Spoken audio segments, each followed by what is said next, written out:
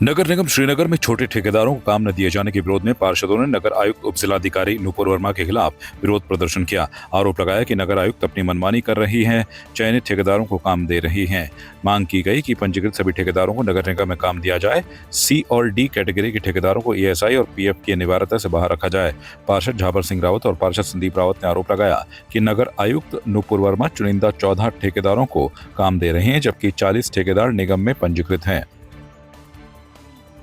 देखिए, आज बजट बैठक का आयोजन था। नगर निगम में ये बड़ा दुर्भाग्य का विषय है कि जब 4 मार्च को बोर्ड बैठक में ये प्रस्ताव पारित कर दिया गया था और फिर उस पर विवाद करना, उप जिलाधिकारी जो हमारे नगर आयुक्त हैं यहाँ पे, उनकी कुछ अपनी मोनोपोली इस प्रथा पे चल रही है। ये बोर्ड बैठक के बीच की बात है कि मेयर साहब कहती कि 40 ठेकेदारों को काम दिया जाएगा, ये 40 ठेकेदार उसमें बराबर काम करेंगे। उसमें नगर आयुक्त जो है वो कहती कि नहीं 14 ठेकेदार काम करेंगे। तो हमें 14 ठेकेदारों पर संदिग्धता महसूस की जा रही है कि 14 को क्यों, 40 को क्यों नहीं। यहाँ पर बात मध्यस्थता, देखिए हमें तो कोई ठेकेदारी करनी नहीं है, ना हमें ठेकेदारी की कोई अवबो आती है, ना हम ठेकेदारी करना चाहते हैं। मगर प्रश्न इस बात का है कि जब 40 ठेकेदार को काम दिया गया पहले से इस नगर निगम के द्वारा, आज उसमें 14 क्यों माने हुए हैं। हम इस पर जवाब पूछना चाह रहे थे।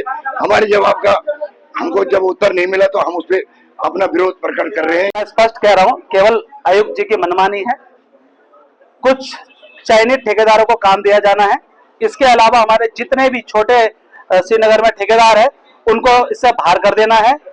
और आज हमारा यही विरोध चल रहा है कि श्रीनगर के सभी ठेकेदारों को बराबर हक दिया जाए, नगर निगम में उनको काम करने का अवसर दिया जाए, क्योंकि हमारे बहुत बड़े बड़े विभाग हैं जो सी और डी श्रेणी के अधिकारियों को बिना कुछ छूट के साथ उनको काम करने का मौका देते हैं। बस हमारी इतनी अपील थी, इसको माना नहीं गया, हम बाहर आ गए। हम सभी नगर आयुक्त महोदय से सभी पार्षदगण असहमत है। मैडम अपनी मनमानी नगर निगम में चला रही हैं और हम ये चाह रहे हैं कि सभी ठेकेदारों को यहाँ पर रोजगार मिले। और देखिए, मेरा कहना ये है कि जो भी काम होते हैं, सभी जो जनप्रतिनिधि हैं वो उनको जनता की समस्याओं को सुलझाने के लिए जो निगम का गठन होता है, और वो जनता की समस्याएं जो भी छोटी छोटी हैं उस पर आते हैं, हमें हमारे द्वारा, हमारे पूरे स्टाफ के द्वारा उस पर कार्रवाई करी जाती है।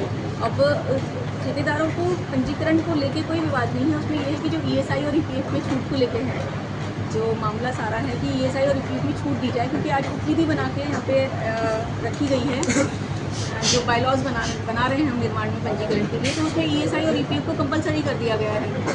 इसके लिए उनका ये कहना है कि इसमें छूट दे दी जाए। तो उसमें जब हमने भी ईएसआई और ईपीएफ के जो हमारे प्राप्त हो रखे हैं लेटर, उनको दिखाए हैं कि इसमें छूट देना तो किसी प्रकार से संभव नहीं होगा, क्योंकि फिर पेनल्टी, क्योंकि हम नियोक्ता हैं तो फिर हम पेनल्टी हम पे आ जाती है।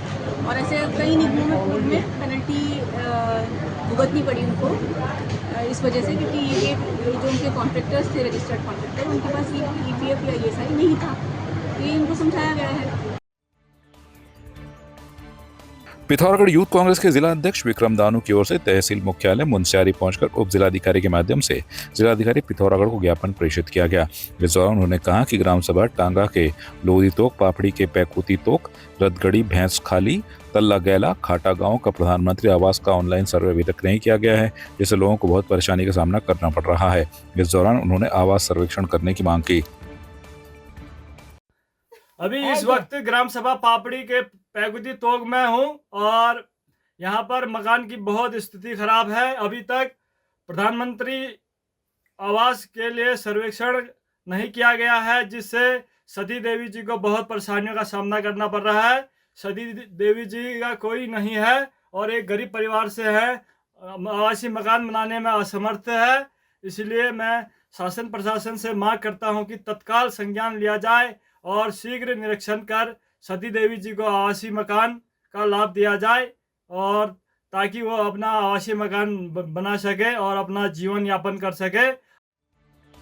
बागेश्वर में भाजपा जिला कार्यालय में राज्य मंत्री शिव सिंह बिष्ट ने कहा कि कांग्रेस का संविधान बचाओ यात्रा एक ढकोसला है। संविधान का अपमान करने वाली पार्टी लोगों को बरगलाने का काम कर रही है। पत्रकार वार्ता में उन्होंने कहा कि कांग्रेस सरकार ने देश में 2 निशान, 2 संविधान और 2 प्रधान प्रदान किया। इतिहास में पहली बार राज्यसभा के सभापति के खिलाफ अविश्वास प्रस्ताव लाकर उनका अपमान किया। राज्य मंत्री शिव सिंह बिष्ट ने कहा कि कांग्रेस लगातार संविधान का अपमान करने का काम कर रही है। कांग्रेस ने जिस तरह से आज संविधान बचाओ करके पूरे देश भर में एक आंदोलन कांग्रेस कर रही है, उसके निमित्त भारतीय जनता पार्टी ने आज पूरे देश भर की जनता को ये बताने के लिए कि कांग्रेस के जवाहरलाल नेहरू की सरकार से लेकर जवाहरलाल नेहरू के कार्यकाल से लेकर मनमोहन सिंह जी के कार्यकाल तक उन्होंने किस तरह से संविधान को तोड़ा है, किस तरह से संविधान को मरोड़ा है और किस तरह से भारत के संविधान की धज्जियां उड़ाने का काम कांग्रेस ने करा है। उसी के निमित्त आप सबके मुखाबिक मैं हुआ हूँ और मैं मानता हूँ कि जिस कांग्रेस के प्रधानमंत्री ने धारा 356 का कई बार दुरुपयोग किया हो, जिस कांग्रेस के प्रधानमंत्रियों ने इंदिरा जी ने 51 बार संविधान बदला हो, राजीव जी ने 7 बार संविधान बदला हो, जवाहरलाल नेहरू जी ने 11 बार संविधान बदला हो और वो लोग कहते हैं कि आज संविधान के संग छेड़खानी हो रही है। वो काम व्यक्ति को डराने का काम कांग्रेस के लोग कर रहे हैं। कांग्रेस के लोग इस देश की जनता को वर्गलाने का काम कर रहे हैं। मैं कांग्रेस के लोगों को एक सलाह देना चाहूँगा कि वो अपनी कांग्रेस को बचाने का काम कर रहे हैं, क्योंकि उनको आज लगता है कि कहीं ना कहीं उनका अस्तित्व मिटने जा रहा है। कश्मीर घाटी के श्रीनगर में सेना के ट्रांजिट कैंप में एक दुर्घटना में जान गंवाने वाले सीमांत के जवान देवेंद्र सिंह बसेड़ा की सैन्य सम्मान के साथ अंत्येष्टि की गई। हादसे के तीसरे दिन मंगलवार को मृतक जवान का शव पिथौरागढ़ स्थित बिण क्षेत्र में निवास पहुंचा। जवान का शव पहुंचते ही परिजनों की चीख पुकार से पूरा माहौल गमगीन हो गया। यहां पूर्व सैनिकों के साथ ही बड़ी संख्या में लोग मौजूद रहे। बाद में डीडीहाट स्थित आलामाइल घाट में सैन्य सम्मान के साथ अंतिम संस्कार हुआ। नगर निगम श्रीनगर मेयर की कार पर हमले के मामले में 3 आरोपी गिरफ्तार हो गए हैं। नगर निगम श्रीनगर की महापौर के वाहन पर हमला करने वाले तीनों युवकों को श्रीनगर कोतवाली पुलिस ने गिरफ्तार कर लिया। दरअसल देर रात शराब के नशे में एक युवक ने नगर निगम तिराहे के पास महापौर के वाहन पर पत्थर मारकर शीशा तोड़ दिया था। गनीमत रही कि उस वक्त महापौर वाहन में मौजूद नहीं थी। मामले को लेकर वाहन चालक प्रफुल्ल नेगी ने कोतवाली में सूचना दी कि नगर पालिका तिराहे के पास कुछ शरारती और असामाजिक तत्वों की ओर से शराब के नशे में हुड़दंग कर आपस में लड़ाई झगड़ा हो रहा है। इसके बाद नगर निगम के वाहन चालक प्रफुल्ल नेगी के साथ भी शराब के नशे में धुत 3 युवकों ने गाली गलौज की। देखिए, कल एक घटनाक्रम हुआ और जिसमें मेरे वाहन पे अज्ञात युवकों द्वारा पत्थर मारा गया और जिसमें ईश्वर की कृपा बोली है कि कोई भी हताहत नहीं हुआ, किसी पे भी कोई चोट नहीं लगी। मैं आपके माध्यम से अपने सभी श्रीनगर वासियों से अपील करती हूँ कि कृपया शांति व्यवस्था बनाए रखें। हम सब सुरक्षित हैं। मैं आगे ये चाहती हूँ कि किसी पे भी इस प्रकार की घटना कहीं भी ना हो और इसके लिए पुलिस प्रशासन जरा सख्ती से काम ले। मैं नहीं थी गाड़ी में और ड्राइवर था और ड्राइवर मुझे ड्रॉप करके अपने घर जा रहे थे और रास्ते में इस तरीके का घटनाक्रम होना निश्चित तौर पे दुर्भाग्यपूर्ण है और आगे इस तरीके का कोई भी अपने हाथों में न उठाए इस तरीके का कार्य, तो इसके लिए मैं अपील करती हूँ। मसूरी में हुसैनगंज का नाम कृष्णनगर करने को लेकर हुसैनगंज के लोगों ने मुख्यमंत्री पुष्कर सिंह धामी को पालिका अध्यक्ष मीरा सकलानी के माध्यम से ज्ञापन भेजा है। वहीं पालिका अध्यक्ष से हुसैनगंज क्षेत्र की समस्याओं का निराकरण के लिए कई सुझाव दिए। मसूरी हुसैनगंज के लोगों ने सामाजिक कार्यकर्ता राम सिंह रावत के नेतृत्व में पालिका अध्यक्ष मीरा सकलानी से मुलाकात की और उनसे मांग की है कि हुसैनगंज का नाम बदलकर कृष्णनगर कर दिया जाए। उन्होंने कहा कि हुसैनगंज नाम अभी गुलामी का प्रतीक नजर आता है, ऐसे में इस नाम को बदलना जरूरी है। वहीं मसूरी पालिका अध्यक्ष मीरा सकलानी ने हुसैनगंज के लोगों को विश्वास दिलाया हुसैनगंज का नाम बदलने को लेकर वो प्रदेश के मुख्यमंत्री से वार्ता करेंगी। कि हमारे मोहल्ले का नाम हुसैनगंज है, वार्ड नंबर 9 पड़ता है और चूँकि हुसैनगंज नाम से कुछ गुलामी की मानसिकता हमें महसूस हुई तो हमने एक पत्र लिखा है माननीय मुख्यमंत्री जी को और अध्यक्ष जी को भी संबोधित करके लिखा है। तो उसमें हमने यही प्रार्थना की है उनसे कि इस मोहल्ले का नाम बदल करके कृष्णनगर रखा जाए।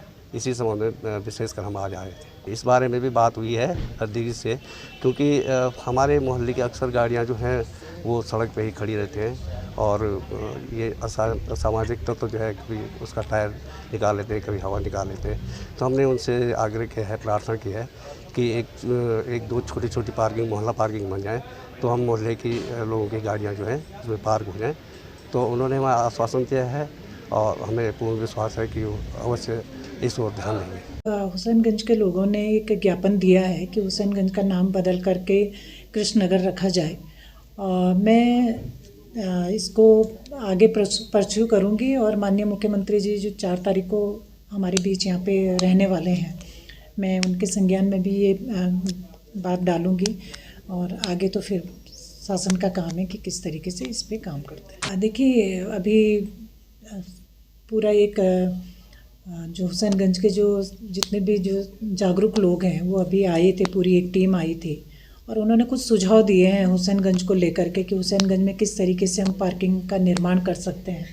तो क्योंकि मेरी चुनावी घोषणा भी थी और उनके सुझावों पे अमल करते हुए मैं कोशिश करूंगी कि जो हुसैन किंक्रेट से लेकर के और लाइब्रेरी तक जहाँ भी हमको जो भी स्पेस मिलता है हम वहाँ पे पार्किंग डिज़ाइन करें, पार्किंग बनाएं, चाहे पीपीपी मोड पे बनानी पड़े या नगर पालिका डायरेक्ट बनाएं, तो उस पर काम होगा। दूसरा, हुसैनगंज में एक बड़ा पार्ट एमपीजी कॉलेज की प्रॉपर्टी का है जो डे बाय डे उस प्रॉपर्टी पे कब्जे हो रहे हैं। उस प्रॉपर्टी को कब्जे से मुक्त करने के लिए भी हम लोग पालिका की तरफ से वहाँ पे काम किया जाएगा। एमपीजी कॉलेज के आवासों की मरम्मत हम करेंगे। एमपीजी कॉलेज की जो प्रॉपर्टी है वहाँ पे एक खेल मैदान का हम लोग निर्माण करेंगे। तो ये एक हुसैनगंज वाले वार्ड में ये एक योजना है जो लोगों के साथ मिल कर के मैं कर रही हूँ और मुझे लगता है कि हम जल्दी ही इन योजनाओं को अमली जामा पहना देंगे। आपकी इस पर क्या राय है, हमें कमेंट कर जरूर बताएं। इसके साथ ही आप हमारे YouTube चैनल को सब्सक्राइब कीजिए। आप हमें Facebook, Instagram, Twitter पर फॉलो भी कर सकते हैं और संवाद 365 के साथ एक क्लिक में जुड़ने के लिए डाउनलोड कीजिए संवाद 365 ऐप।